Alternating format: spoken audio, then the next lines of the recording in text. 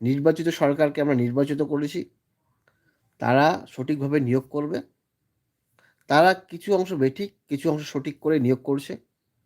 আর চাকরি বাতিল করছে কি? কোর্ট। মানুষ, আমজনতা কোথায় যায়? বিচারকের কাছে।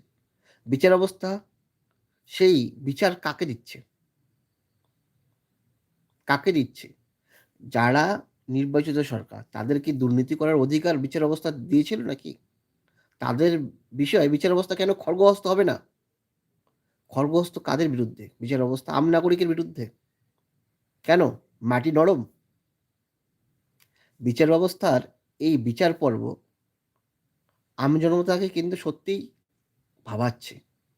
আজকে আপনারা সারদা তদন্ত বলুন, এই চাকরি বাতিল ক্ষেত্রে বলুন, সব ক্ষেত্রেই বিচার ব্যবস্থা কাকে বিচার দিচ্ছে? এটা কিন্তু একটা সত্যিই প্রশ্নচিহ্নের মুখে। বিচার ব্যবস্থা